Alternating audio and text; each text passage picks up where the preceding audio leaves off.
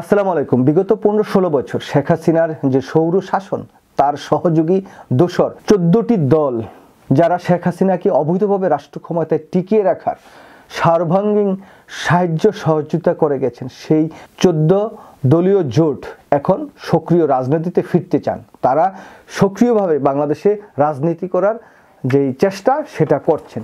21 টিভির সংবাদ পোর্টালে তারা এই নিউজটি প্রকাশ করেছেন। সেখানে তারা বলছেন যে গত 5ই আগস্ট গণ অভ্যুত্থানে সরকার পতন ও সাবেক প্রধানমন্ত্রী শেখ হাসিনা ভারতে পালানোর পর দিশেহারা আওয়ামী লীগের নেতাকর্মীরা একই সঙ্গে সে রাজনীতি থেকে বিচ্ছিন্ন অবস্থায় রয়েছে আওয়ামী লীগের নেতৃত্বাধীন 14 দলীয় জোটের শরিকরা। জোটের দুই শরিক দল ওয়ার্কার্স পার্টির সভাপতি রাশেদ খান মেনন, জাতীয় সমাজতান্ত্রিক দল জাসদের সভাপতি হাসানুল হক ইনু জুলাই আগস্টের একাধিক হত্যা মামলার আসামি হয়ে কারাগারে রয়েছেন। এরই মধ্যে অভ্যুত্থানের শরিক সিংহভাগ রাজনৈতিক দল ও ছাত্র জনতার ভেতর থেকে আওয়ামী লীগের পাশাপাশি 14 দলকেও নিষিদ্ধ করার দাবি উঠেছে।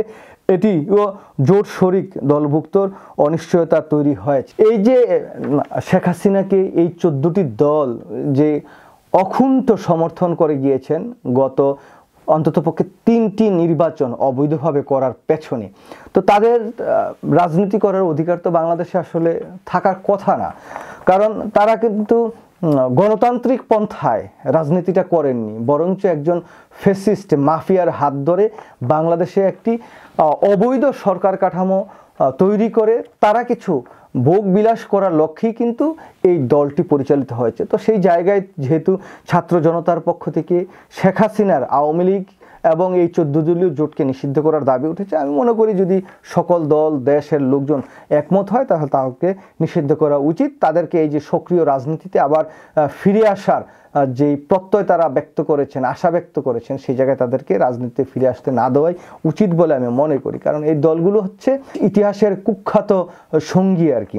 তো এখানে বলছেন ওয়ার্কার পার্টি ও জাসদের ঘরোয়া বৈঠকে আলোচনা সভায় এক বিবৃতির মাধ্যমে সক্রিয় হচ্ছেন। দুভাগে বিভক্ত গণতান্ত্রিক পার্টির মধ্যে আরশ আলীর নেতৃত্বাধীন অংশটি জাতীয় দিবসে কর্মসূচিতে দলীয় ব্যানার ও নেতাকর্মীরা অংশ নিচ্ছেন। তরিকত ফেডারেশনের সময় বিবৃতি দিয়ে নিজেদের অস্তিত্ব জানান দেওয়ার চেষ্টা করেছেন। বাসদ রেজাউর ঘরোয়া বৈঠক করে শীঘ্রই দলের জেলা উপজেলার সম্মেলনের ডাক দিচ্ছেন।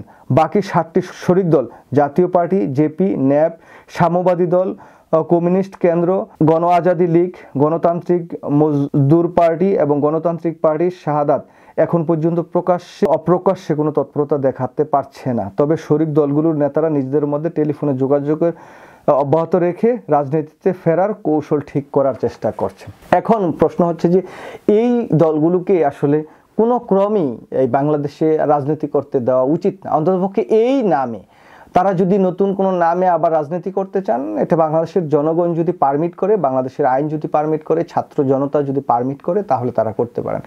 কিন্তু আমি মনে করি না যে তাদেরকে সরাসরি সেই ফেসিবাদের দোসরদের নাম ব্যবহার করে আবার রাজনীতি সক্রিয় হতে দেওয়া উচিত। তবে সরকার অবশ্যই এই বিষয়গুলো দেখবেন এবং বিবেচনা করবেন তারা কি রাজনীতিতে সক্রিয় হতে পারবেন কি পারবেন না। এটা সরকারি একান্ত ইচ্ছার উপর নির্ভর করে এবং ছাত্র জনতার বাংলাদেশের এখন প্রকাশ্যে রাজনীতি করা যে দলগুলো আছে তারা অবশ্যই এই বিষয়গুলো নিয়ে বিচার বিশ্লেষণ করে বিবেচনা করতে পারেন। সবাই ভালো থাকবেন। আল্লাহ হাফেজ। আসসালামু আলাইকুম।